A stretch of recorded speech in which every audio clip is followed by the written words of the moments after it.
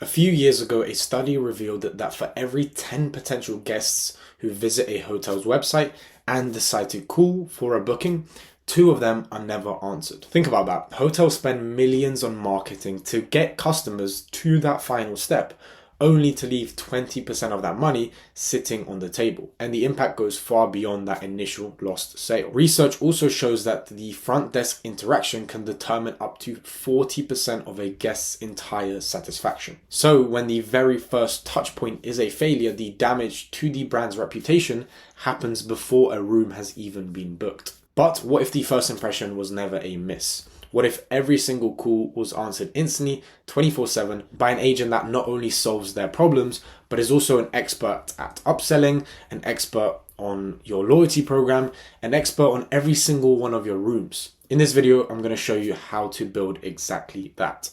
Good morning. Thank you for calling the Grand Harbor Hotel. This is Sarah. How can I help you? Hi, I'm looking to book a room for this weekend. Absolutely. I can help with that. What dates were you looking for and for how many people? Check-in this Friday, check-out would be Sunday, and it's just for me. Perfect. One moment while I check what we have available. Okay, it looks like we have a couple of great options. There's a standard king room for $189 a night, or if you want something special, our deluxe Harbor View room is $249. That one comes with breakfast, and honestly, the views over the water are incredible. Does one of those sound good to you? Yeah, you know what? The standard room sounds fine. Sounds good. So can I get your full name? And I can just use the number you're calling from for the reservation, if that's okay. Yeah, that's fine. And my name is Hugo Podvorski. Thank you. Could you just spell that last name out for me when you have a chance? Yeah, no worries. Podworski. Got it. Just to confirm, that's Hugo, Podworski. Yes, perfect.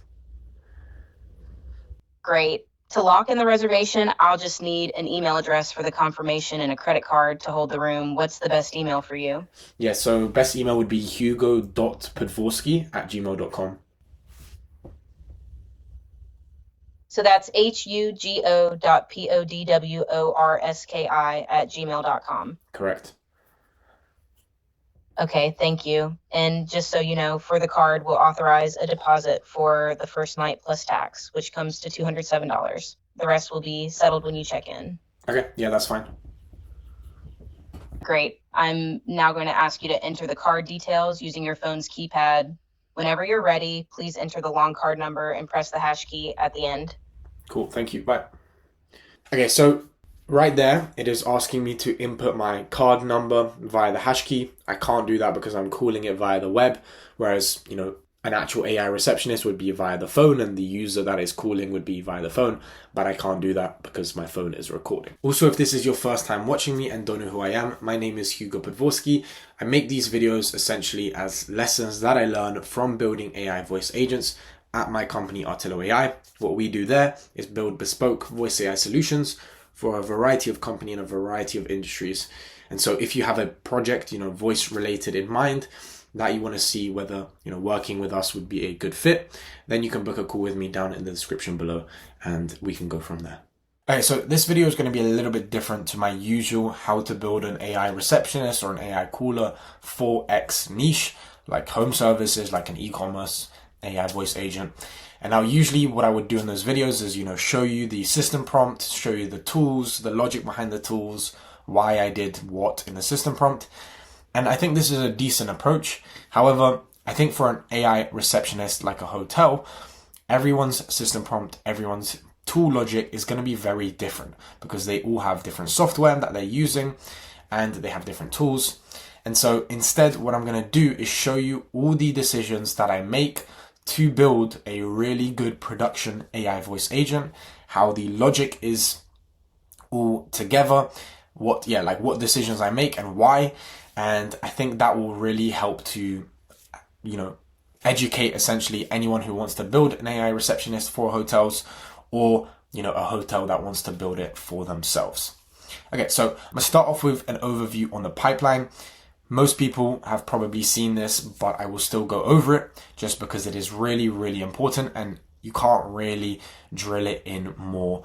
You can't really ever do too much with understanding the pipeline.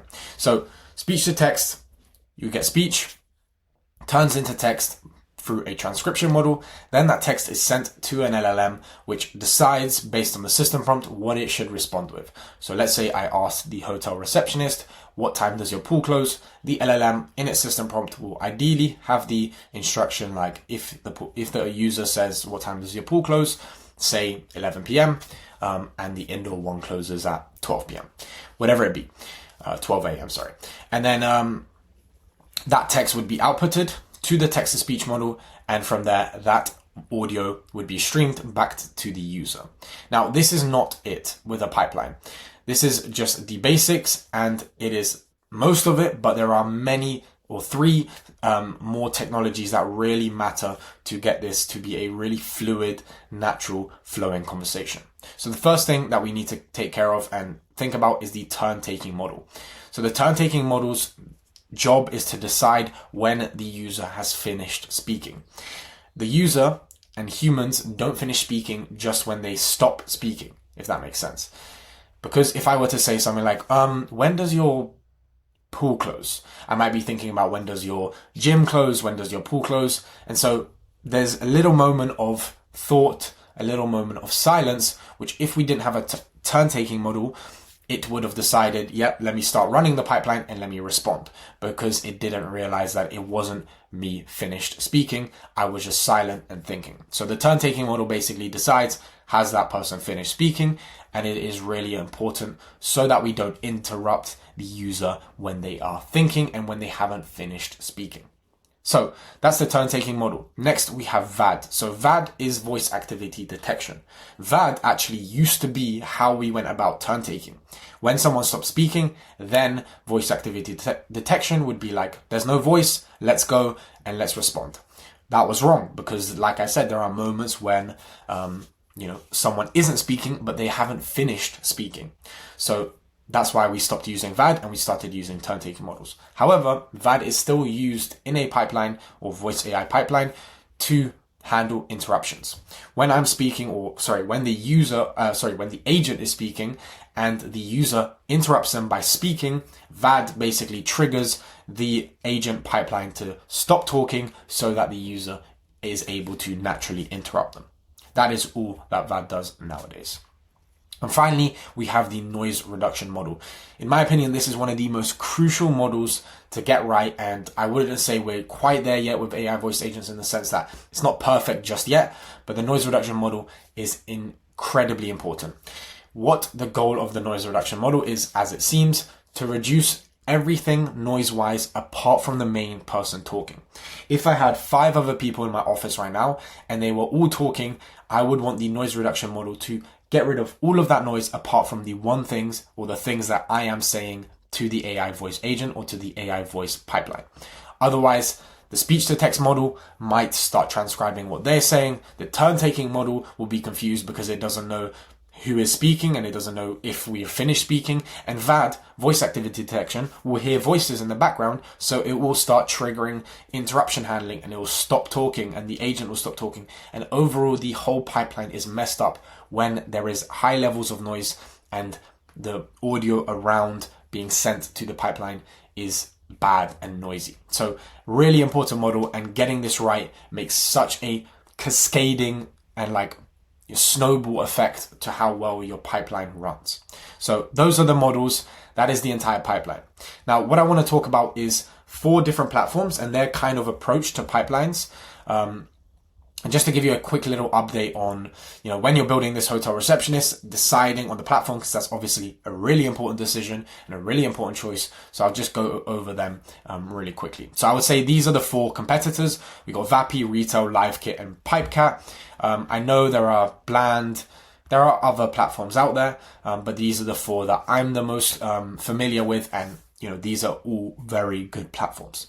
So to start off with Vapi, now Vapi allows customizability of all of the pipeline options. So you can customize your speech to text model, your LLM, your text to speech model, the turn taking model, the VAD, so how interruption handling is done, and the noise reduction model. All of these things can be customized. However, you only get the options that Vapi serve you. You couldn't bring your own model for turn taking. You only have the option for 1 or 2 models, and it's just up to them who they decide to give you an option with. Now, this is really good in the sense that you have a, customizability for all the pipeline options, and they usually make good decisions with the options that they give you. They give you the best turn taking models, they give you the best VAD models, they give you the best noise reduction models, so you don't really have to worry too much about the options. It is very good that we have customizability, but this can also be a bit of an issue if you're inexperienced, building with AI voice agents. Then Vapi can be a little bit difficult because they don't have the best defaults. You have to know what you're doing, and you have to know what model you're selecting to get the AI voice pipeline to be working nice and fluid. So this can be an issue if you don't understand what you're working with. Now, this is kind of the opposite with retail. Retail do not offer any customizability with the speech-to-text model, the turn-taking model, VAD, or noise reduction. All you get for noise reduction is, can I switch it on or off? Everything else is not customizable apart from the LLM and the text-to-speech model. This is good in a way where you can build an AI voice agent quick because you don't have to worry about all the options, and they have good defaults provided for you, and they worry about all the other stuff. However, if you want next level customizability, this can be an issue. And if retail make the wrong decision and it takes them a while to update the wrong decision, let's say for the turn taking model, then this can be annoying that you cannot change it, their decision, and it's their decision. So this can be good and bad, and I would say retail is a good place to go for building MVPs, for getting something up and running pretty decent very quickly. But for that next level where you want it really, really good, I would stay away from retail for the most part. Okay, next we have LiveKit. So LiveKit, again, kind of similar to Vapi. I'll actually talk about LiveKit and Pipecat at the same time. So both of these are open source frameworks. So a lot of the work you're going to have to do with this is in code. In fact, 99% of the work you're going to do with this is in code compared to Vapi and retail, which you're both mostly doing in UI for the most part. However, both of these are open source. I mean, Pipecat is a bit more open source than LiveKit. LiveKit does have some certain enterprise stuff closed so that they can make money from it, which makes sense. But they're also very useful for the fact that you can customize anything. So if you want to bring your own turn-taking model, you want to bring your own VAD, you want to bring your own noise reduction model, all of those things can be integrated into Pipecat and LiveKit, which can be really, really good for very high-scale enterprise clients. So if you're a hotel like Marriott, is that correct? I think that's correct. You're definitely going to be wanting to look at one of these platforms, or even a fully custom solution, because you want to be doing high scale, and they're much cheaper than a platform like Vapi and Retail, which really put a big markup on the actual compute cost, which makes sense because they're hosting a lot of stuff and they're also managing all of the software, whereas this is a lot less managed. You have to do a lot of the managing. However, you definitely want to be looking at these platforms if you're doing high scale. Okay, so next I want to talk about like the choices I made for the demo and why I made them, so that you can understand, the principles of making all the choices within the models. So that, when things change in the future, you can still make the correct decisions with the models. So for the speech to text model, I chose Cartesia Ink Whisper for that demo that you saw. As you saw, it was accurate. It heard everything I said when I said PODWORSKI, something that could, potentially have issues with the transcription model. It was fine. I mean, there's no noise around me, so that does make it easier. But it's a very good model, and for speech to text, you're really looking at 3 things. You're looking at accuracy with speed, and you're looking at price. Ideally, you have the best accuracy, 100% accuracy, 0 milliseconds of latency, and very, very cheap. But obviously, these two, so accuracy and speed, are the more important ones because we can firm the price a little bit. And Cartesia Ink Whisper is a very good middle ground. It's just recently been released, so it's going to have good accuracy. It is also very quick. Cartesia kind of advertise themselves as a quick provider for their text-to-speech and speech-to-text. So this was the model I went with. Okay, next we have LLM. Now this is an LLM that maybe not a lot of you have heard of. Mistral Medium 2505. Now this is a pretty recent release by Mistral. As you can see, Medium is the new large. What they did was they built a model kind of similar size, maybe a little bit larger than like a GPT 4.1 mini, that kind of size, where it is still pretty large, or like a Llama 4 Maverick. It is still pretty large. However, it is quicker, slightly more, quite a lot cheaper than the large models, and it still has really, really impressive performance. So if I go on the benchmarks, you can see we beat Llama 4 Maverick in the coding stuff, the instruction following stuff, the overall, no, we don't win in overall knowledge, but that's less important. Instruction following is really important. GPT-4o we beat in coding and instruction following. In knowledge, we also beat GPT-4o. Sonnet we don't beat. Command A we beat in basically everything. And then DeepSeek v3.1 we don't beat in many things. But that's benchmarks. So benchmarks, it seems middle of the pack, but from actually understanding all these LLMs and using these LLMs for an AI voice agent pipeline, I will explain to you why Mistral Medium is the best. Llama 4 Maverick, it has good latency. So this is one of the really important things that we're looking for. So we're looking at time to first token. How long does it take to stream the first token? The quicker, the better. Llama 4 Maverick, very good time to first token, but it is a terrible model. I experienced it. It didn't do what I said. It doesn't follow my instructions. It doesn't seem intuitive. It doesn't seem intelligent. It doesn't function cool correctly. Everything when I experienced Llama 4 Maverick was bad. So I haven't used it since, and I will not be using it unless they have a huge improvement. GPT-4o is a very good model. It is intuitive. It follows instructions pretty well. It is good in every way like that, but it is more expensive, quite a lot more expensive. So GPT-4o is $2 per million input, $10 per million out, compared to Mistral Medium being $0.4 input, $2 out, which is, 5-7 times cheaper.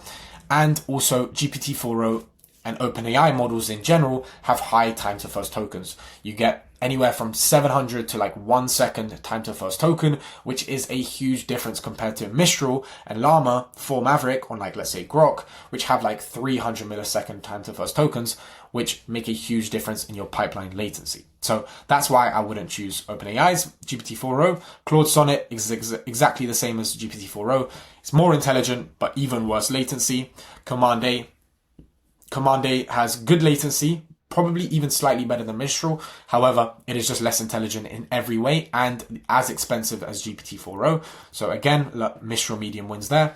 And then DeepSeek v3, when I last tested DeepSeek v3, it was terrible. It didn't answer my instructions. The way it responded is very chatbot-like, because I believe it was highly trained on ChatGPT responses, and so it doesn't speak like an AI voice agent, and it wouldn't respond like a hotel receptionist even when you prompt it to be. So that is why I never chose DeepSeek v3, and I've never worked with the DeepSeek models.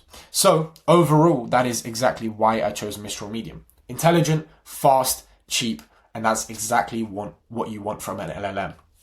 The only possible way to beat this LLM right now, in my opinion, is if you were to host your own Llama 3.370 billion model on your own computer, maybe a Llama 4 Maverick model, and then fine tune it. So if you were to fine tune it and were able to literally go into the model and improve it, then a Mistral Medium model would lose, because you could get it quick, but that costs a lot of money GPU wise, like you probably need 50k in GPUs. But yeah, it would be better than the Mistral Medium model. And I believe Grok, so GROQ, has started to offer fine-tuning for their enterprise clients. So this would be a really good offer, and I would probably take a fast, well-done fine-tune of Llama 3.370 billion on Grok over a Mistral Medium model, because Mistral's fine-tuning really slows down the time to first token. I tried fine-tuning this model, and my time to first token went up to 5 seconds, which is completely unusable. Okay, so next we have I'm thinking about time to first token, but no. Next we have text-to-speech model. So I use the Vappy model. So I actually built that demo on Vappy because I have all the customizability. I can do it all in the UI and I can get a demo up and running for this video nice and quickly. Now, what I really like about the Vappy model, which I really wish that they basically gave API access to it so that other platforms could use it, is very conversational. I'm assuming it was trained on, all of the data that they have as Vappy, all the call recordings, things like that. And so it just sounds very natural in a conversation. A lot of 11 Labs models are kind of too professional. They sound very emotional, very exaggerated, very, stylistic. And those are fine for videos or for, explanations, things like that. But for a conversational, actual conversation as a receptionist, I find that the Vappy model is better. It is also, I'm assuming, hosted on their premise, so it has very fast speeds, and also it is decently cheap. So all of those things together make me choose the Vappy model. Now, you're not going to have access to it if you're using any of the other platforms, so I would be looking at maybe 11 Labs, Flash 2.5, or Rhyme is very good. There are a lot of good text-to-speech models nowadays that really compete with the best of the best. For the text-to-speech, you're really looking at how good does it sound conversationally. I think that's a really important part. How quick is it and how cheap is it? Pretty similar to the speech-to-text.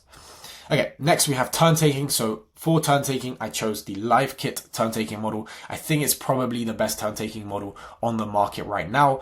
Pipecat has their own turn-taking model. I haven't tested it too much yet, so I can't tell you which one's better. But from my experience, LiveKit has been the best turn-taking model.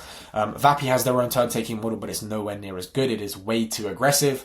LiveKit's is too passive, but that's why, you tune it to be a bit more aggressive. And overall, it is really intelligent at basically waiting until it's certain that you have finished your sentence. With the turn-taking model, the only things you're looking for is accuracy, like how accurate is it at knowing when to wait and when to go, and how quick is it. Because most turn-taking models are extremely small LLMs, like really small fine-tuned models, really small, very fast, very cheap, and so you don't have to worry about those two things much. You're mostly looking at accuracy, which is usually to do with just how much data has been trained and fed into that LLM, which, LiveKit, I'm assuming, has a decent amount of data. Vappy should have a decent amount of data, but I'm assuming nobody has labeled their data. They can't be asked to pay for data labeling. So maybe that's why their model isn't as good. Okay, so next we have noise reduction. Like I said, this is such an important model. It has so many benefits, like overall, when you improve it. And so for Vappy, they offer Crisp. Crisp is probably the best noise reduction model, out there right now. It is very good. It is a trained model, and this is kind of what you do want to have. I'm not sure about the speed, like Vappy doesn't give you any logs about how quick the noise reduction model runs, but my assumption is it's very quick and real time, so it should be no issue, because Crisp is a AI meeting assistant. Like that's what they do. And so they also offer their noise reduction, but obviously they need the noise reduction to be happening live for the meetings. So I'm assuming it's happening live in our AI calls for our receptionist. And then we have Fourier. So I hope I'm saying that right, but Vappy also allow Fourier like logic, which is basically all to do with like actual audio logic. So it's not a model, it's not a trained model, nothing like that. What it does is you input some settings like, I want everything under minus 25 decibels to be cut out. Everything under that is going to be noise. I also want to look at the past 5 seconds to look at, what was the average audio level of the past seconds, and should we update or increase the level or the floor, and that kind of allows it to be a more intelligent noise reduction model. But it's not a model, it's just like actual noise and audio logic. But it is also useful, and it can cut out certain things that maybe Crisp would miss out. So I would always have it, and it doesn't really harm if Crisp is doing it already. So that is all the model choices. So we've talked about the platform, we've talked about the pipeline, and I explained, every single one of the decisions I make. The next thing I want to do is talk about system logic. So how can we add to that pipeline? How can we add to that pipeline to make it even more reliable, to make the receptionist even better? And one of those things is definitely system prompt injection. I've talked about this in 2 videos before, and so I'll talk about it again, and then we'll go from there. So when the speech to text model transcribes its text, let's say again, I ask, what time does your pool close? That text is sent to an embedding model just like a normal RAG. This embedding model will be very, very fast. You want like 5 millisecond embedding realistically. I'll talk about that in a second. And then from there, we query a vector store and get back instructions, which will be like, if the user says, what time does your pool close? Say the pool closes at 11 p.m. On weekends or on weekdays, and then at 8 p.m. on weekends, for example. Let's say that is the answer to that question. And so what you do is you input scenarios into the vector store, which are then, queried and gathered and then inputted or injected into the LLM system prompt so that it has the answer before we send the, chat completions request to the model. So what this does is it doesn't treat retrieval augmented generation as a tool call. Instead, it injects the information that is relevant into the system prompts so that the LLM can instantly answer with its thing. So it has the answer, it's inputted into the system prompt. It's going to be very clear for the LLM. Oh, the user said, what time does your pool close? In my system instruction, I have clearly said, if the user says, what time does your pool close? Let me say this. And so it's just going to respond with the correct thing, which is really, really useful. And, that part of the system prompt is being changed constantly. So it's always the relevant context for the previous query said by the user. And you can get this RAG, so the system prompt injection, in sub 50 milliseconds. So you're essentially adding no latency to your pipeline. I've talked about this in a video previously, how to build 50 millisecond RAG or sub 50 millisecond RAG. And if you want to check that out, there'll be a link in the description. This is definitely something important and useful to watch. I've made it literally essentially free to run this 50 millisecond RAG, which is crazy. Like, you wouldn't be able to dream about this a few years ago. You would need a very good GPU, a very good embedding model, a ton of stuff to make this work, and I've been able to get it done very, very cheaply and very, very fast. So that is what system prompt injection is, and it is definitely crucial in my opinion. You can add instructions. There's just so much you can do with system prompt injection that I think is really crucial for real-time, low latency AI voice agents and accurate AI voice agents. So the next thing for the system logic is the tools. Now, I've talked about tools before, and like I said, I didn't want to talk about tools in the sense that I didn't want to show exact examples, things like that, because, every tool is going to be different for every hotel. But I want to talk about just some principles with tools. So some of the principles that are really important with tools is to try to make them as quick as possible. Ideally, you want sub 200, sub 500 millisecond tools, just because if you tell the user, every tool is a little bit different. For example, let's say we're checking availability. The tool call can be 2 seconds. It's fine because the agent will be like, 1 sec, let me check availability. 1, 2. Okay, I found this thing. So that's not too bad. But for example, let's say we want booking the room. We may as well get that instant so that the agent can be like, okay, yeah, I'll book your room. Done. So it's like certain tools matter for the speed and certain tools matter less. Now, that's one thing. And then another thing that I think is a good principle to have with tools is to use as little AI in tools as possible. You want to make it a fallback. So you just want to make it as simple, as clean, as less, basically as reliable as possible. And so that involves no AI, and also no AI makes it quicker. Final thing that I think is actually really underrated in tools, and something that I've been doing a lot recently, is prompting within tools, within the results. So when you do a tool call, the AI gets a results back. So for example, let's say the agent booked a room and the tool result said, room 804, guest suite, whatever the room type is, booked successfully. Cool. That says one thing, and that is inputted into the agent's messages. And that's fine. But what you could also do is add, room booked successfully. Maybe you should mention the fact that, this room offers offers free breakfast. Whatever it be, you can add certain prompts to the tools, or certain prompts into the error messages of tools. So for example, you have issues sometimes where an agent will not input something that is required. So for example, let's say it requires the card number and it forgot to do the card number. This is rare, but sometimes it happens, right? Like LLMs are still not perfect. I mean, they do and are way more consistent than they used to be. But sometimes, let's say it doesn't input the card number. And so what you could do is you could add logic in your tool where it's like, if the card number isn't inputted, put in the result, you didn't input the card number. Please ask for the card number.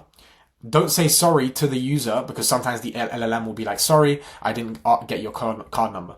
No, don't say sorry to the user. Simply ask for their card number and then redo the tool once, you've gotten the card number. This is just amazing because it's like specific to the error that happened, and you're prompting it to nicely carry on and basically, fix the issue that occurred. So that is it for the video, I think. And I hope that was useful for you. Like I said, it's a bit different. No system prompt, no tools. Like I said, it's just every video and every receptionist is going to be different. So I just thought maybe it's less important. Maybe these choices are more useful.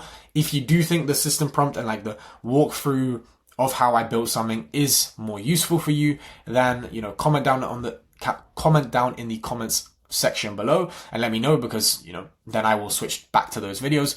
But if you think this was useful, then also let me know, because that will keep me going with these types of videos. Okay, thank you for watching, and I'll see you hopefully in the next video.